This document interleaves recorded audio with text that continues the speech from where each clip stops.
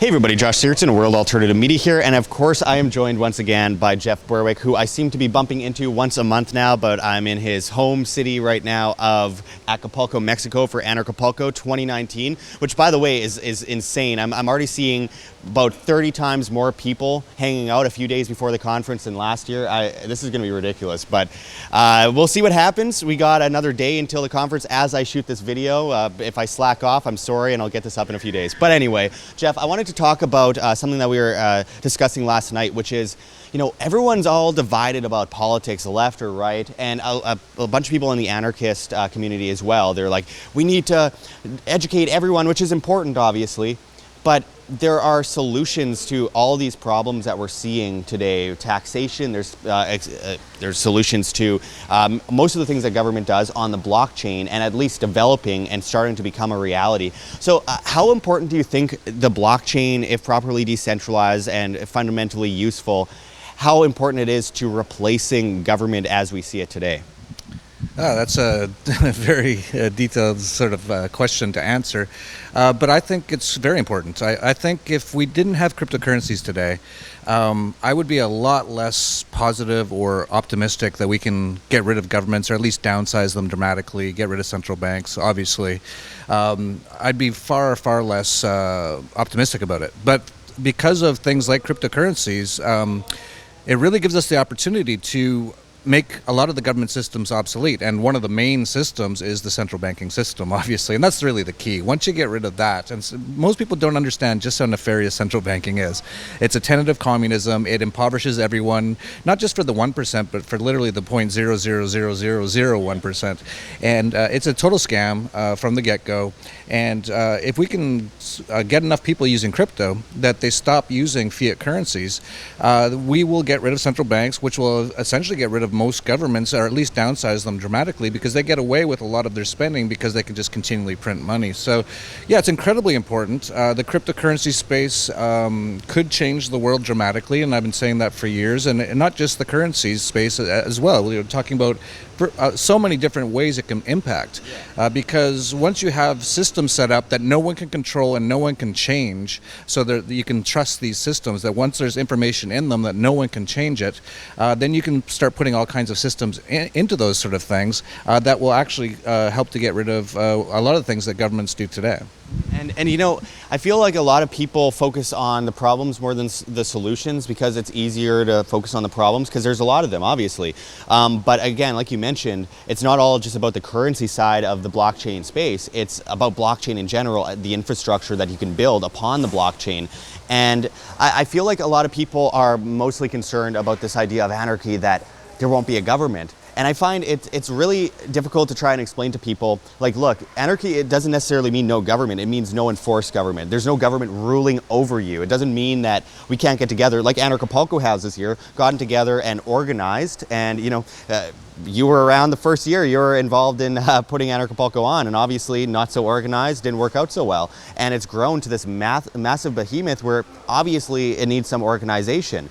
But of course, there's a lot of anarchists that just, they don't like organization. And that's a big issue with trying to explain this message to a lot of people. What do you think about that?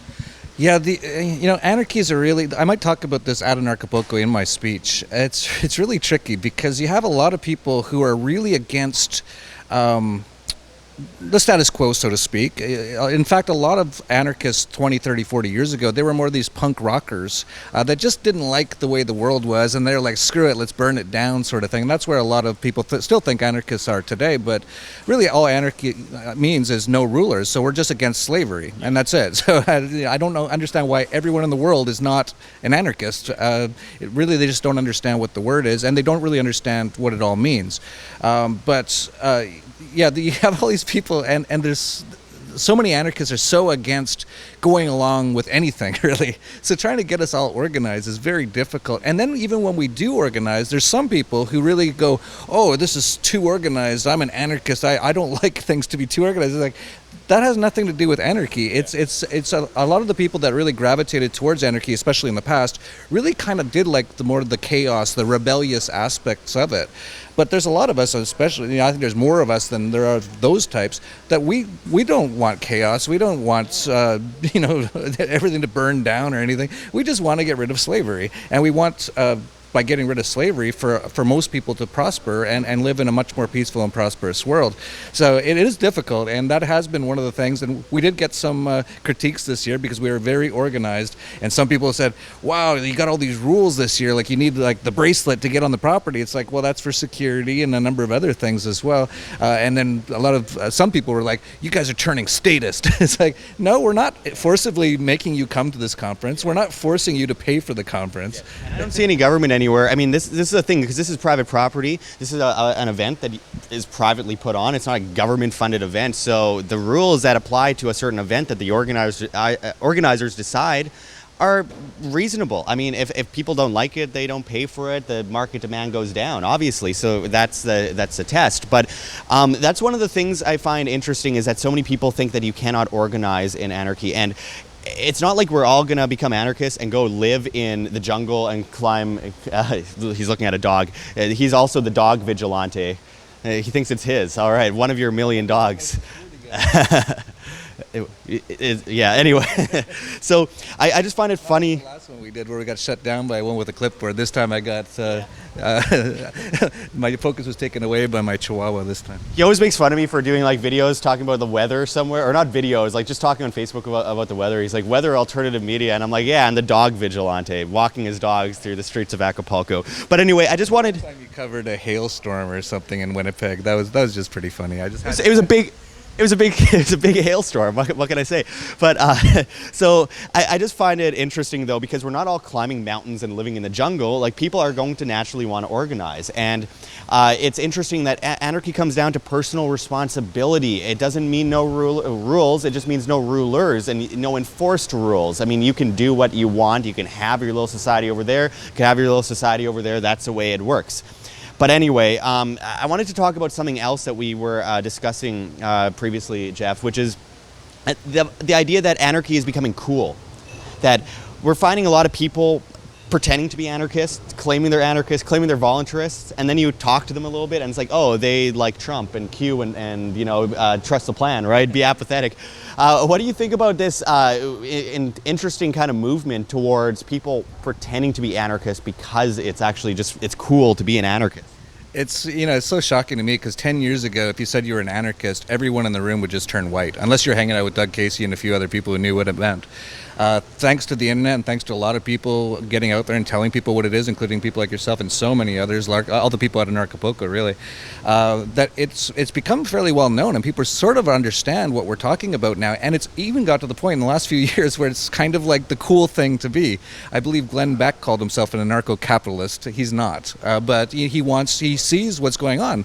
You look at Acapulco, it's probably the biggest freedom event in the world now in just a couple of years, and we're a complete anarchist event. A lot of the other sort of freedom events, they're very statist, and they're just going away, and the crowd's much older, and they're just kind of like fading away now.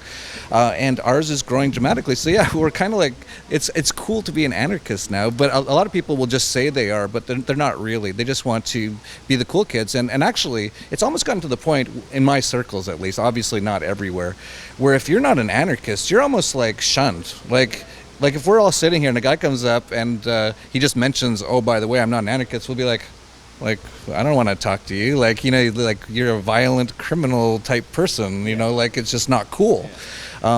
So yeah, that's the actual case. It's changing so fast to the point, in my circles anyway, where if you're not an anarchist, it's like, who is this guy? Why are we even talking to him? Yeah, it is coming to that point, and of course, again, this is all about individual responsibility. That's all anarchy really is. I mean, we can complain about the government all day, but what are we doing to avoid the government? What are we doing to live freely?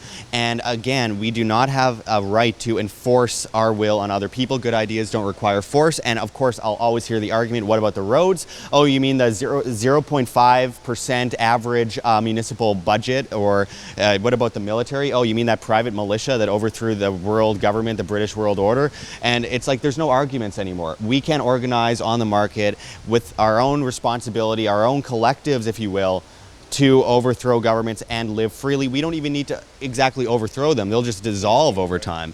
So I wanted to actually get to something before we close it off here, because obviously there's been a lot of talk recently in Acapulco and leading into Anarchapulco about the very unfortunate death of John Galton of Anarchaforco. And obviously Anarchaforco was a side event that came, it wasn't attached to Anarchapulco, it was kind of like breakout crowd where people got together and did speeches and seminars, and it was a cool idea. You know, people met up at the Copacabana here in Acapulco, and obviously John was recently shot to death at his house in his driveway. It was a horrible story, struck the whole community, and then of course with that we got a lot of keyboard warriors that became detectives and suddenly knew everything about someone that they might have seen once at Anarchapulco show up.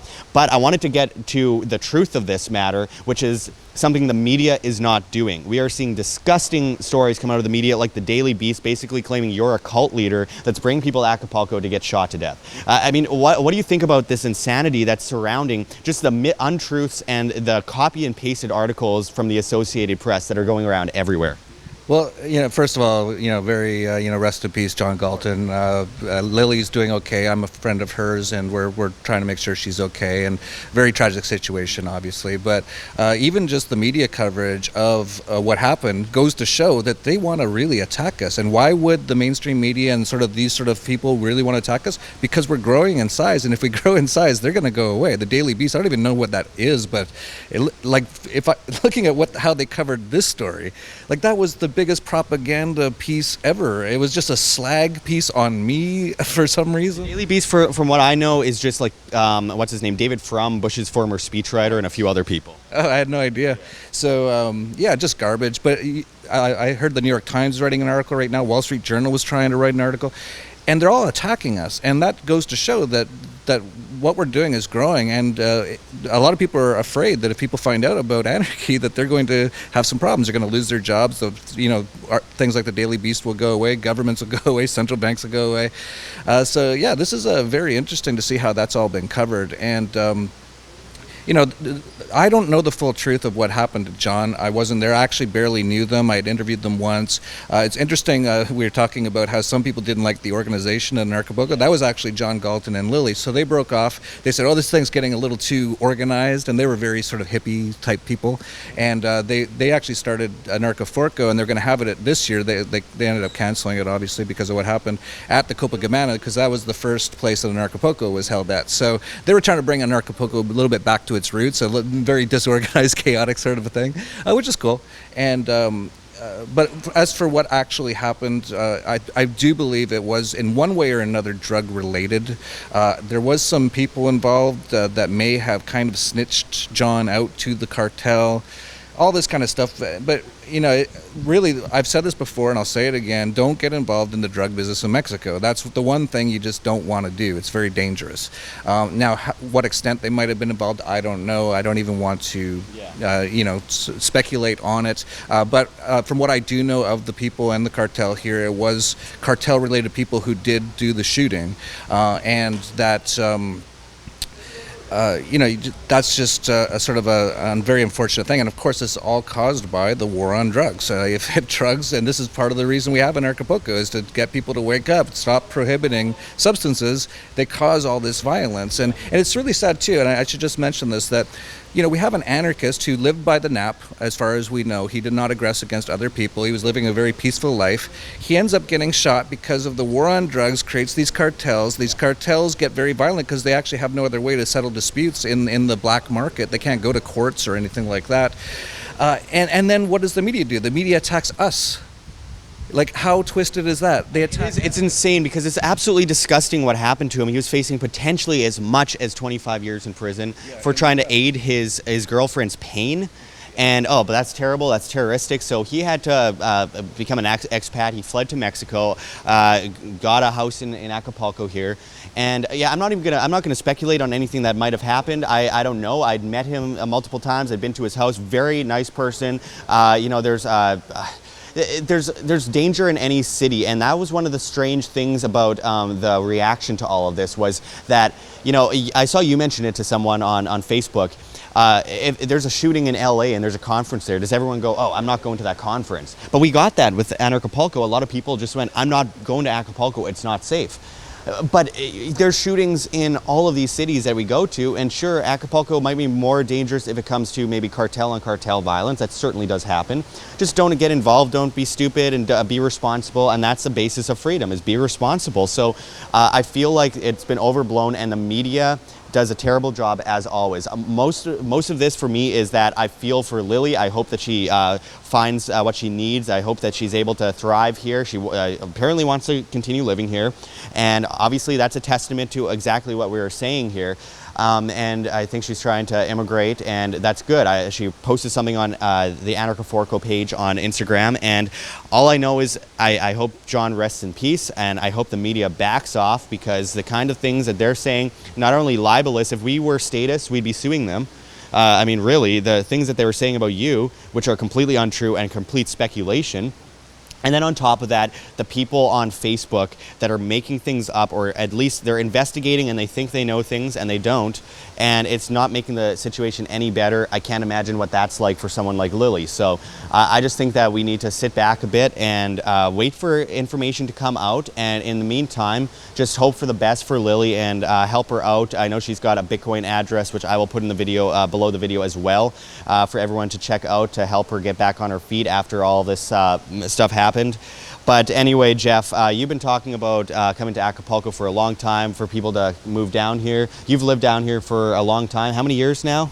I live a perpetual traveler prior taxpayer lifestyle, so I'm not a legal resident or anything here, but I've been basically in and around here for about 10 years now. And yeah, it's incredibly safe. Like, I live here with my family. You know, if you're not involved, if you're not living in sort of pretty sketchy areas, which is where they were, sort of dangerous areas, really. And, you know, just like anywhere, you're talking about like Chicago, the south side of Chicago, like 30 people get shot every weekend.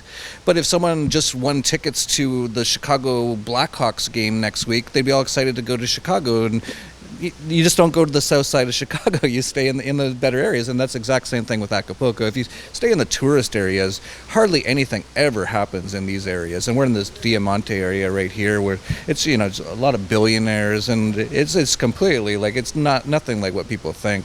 It's not that nothing ever happens. Obviously, things still happen, and people always should be aware, and be aware of their surroundings and what they're doing, and be responsible. But yeah, it's way overblown, and I think I've seen a few medias claim that Acapulco is the second deadliest city in the world, more dangerous than Syria. I mean, I don't know. It's insane the lengths that they'll go to, and it appears to be billionaires buying up property in Acapulco, really at low prices.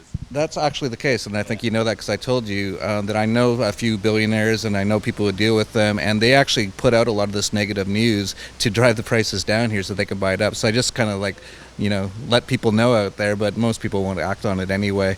But that's actually the case, and it's very typical. And you know, a lot of these people, they own the media organizations, and they just put out this bad. You know, there is stuff that happens here, absolutely. There's, you know, if you're in the bad parts and if you're involved in some ways with cartels, one way or another, there's lots of shootings out there and everything. But they make sure it goes like front page news across the world. And when this one happened, it's one guy got killed. Like, where would that ever happen? That a guy, let's say you're in Compton in LA, and you were involved in drugs one way or another, a little bit, you knew some people or whatever, and you got shot. Would that be worldwide news anywhere? And it's just because of what we're trying to do here. They really want to attack us, and that just goes to show that we're having an impact, and they're pretty scared about what we're trying to do here. And I'd be remiss to not mention, obviously, if you're like a young woman going around by yourself in Acapulco, be very careful. There are things that happen to women as well. I've heard from multiple women about that situation. So it's not that it's completely flawless. Obviously, you have to be responsible. And I mean, if you're traveling around at nighttime, especially in any major city, you should probably not go alone if you're a woman. It's just the reality of the world that we live in, because there's bad people everywhere and things are going to happen. But with that said, I mean, I find it insane the lengths that the media will go to, and even just claiming that John had a drug lab when, like, I know it was like what, he was blowing glass in his house and there's a couple pot plants and they're like, it's a drug lab. It's like 1940s reefer madness craziness when it comes to these medias. So we just have to take everything with a grain of salt. The Daily Beast has attacked myself as well in the past and made up complete nonsense. They're really good at that. So don't read the Daily Beast. Support your independent media. And anyway, Jeff, I appreciate everything you're doing with this conference. It's crazy because this is the first year you're kind of like laying back a little bit more because, again, there's an organizational team, and it's just really growing to this extent that tells you that anarchy is growing. People are starting to really understand the message of freedom, the message that they can't enforce rules on other people, and just because they have an idea doesn't mean their collective should put guns to the heads of everyone else and say, live by my rules. So I think this is a great example of that world kind of coming together, including some people that have come to Anarchapulco that aren't actually anarchists, and they're here to have open minds and listen to people. And that's another good thing too. So don't attack them. Let's have conversations and let's move to that next level. But anyway, any final comments about how Anarchapulco is going to go off and what you see this conference turning into in the future? Man, I have no idea. Really excited about this year. This is, it's going to be over 2,000 people this year, so almost double the size of last year, and Immortal Technique and all kinds of stuff. And really happy to see that what happened with John didn't scare too many people. It definitely had some people worried, but I think a lot of anarchists after a day or two went, you know what, like that happens sometimes to some, it just happens, and we're not going to let that stop us.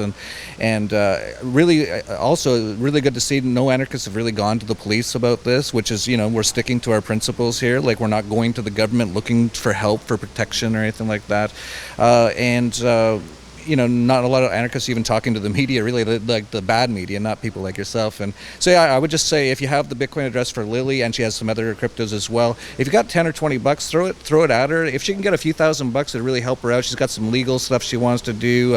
That's a whole other complicated thing, but she could use a bit of help. And also, don't forget to donate to your channel, because you just talked about how all this bad media, and I was so happy to see Vice Media laid off some people, and what was the other ones that laid off? Huffington Post, they're all women, all white women, yeah. So sad, just garbage. And guys like yourself, Luke Radowski of We Are Change, Dan Dix of Press for Truth, all here at Anarchapulco. Make sure you support these guys, especially with what happened with YouTube. You guys have been under attack so many times. You've been shadow banned for years. You've been demonetized all your videos. You get all kinds of attacks, and now they've put in the new algorithm about conspiracy theorists, and your videos are getting seen by less and less people now. So help by sharing those videos out there, and also donating, so you have the money, because you're not getting that money from things like YouTube. So support the things that you want to support, and that's true anarchy right there. Supporting with your dollar. That's true democracy, is voting with your dollar, not voting in a closet in some public indoctrination camp gym, hoping someone robs somebody on your behalf. That's weird and stupid and ancient, and it's going away. But vote with your dollar and support the people that you want to support. Yeah, I appreciate that, and I couldn't put it better myself. The whole voting cult is really strange.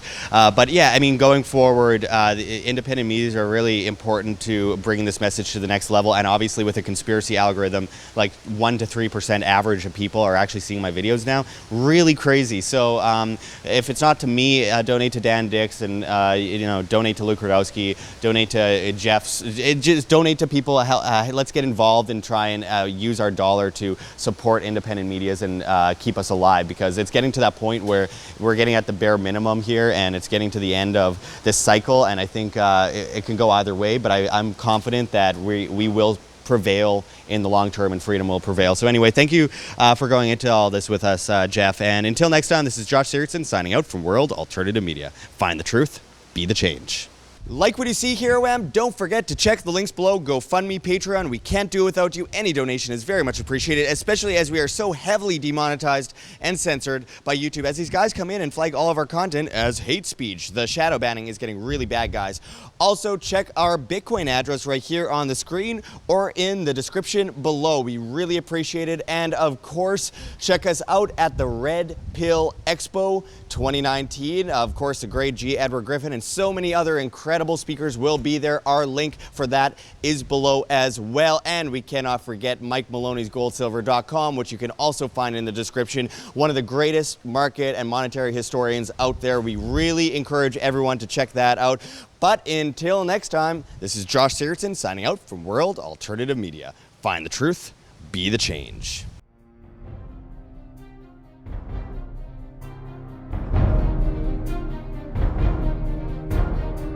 I'm sure you have already changed people's minds in your young age because you're involved, and I like that.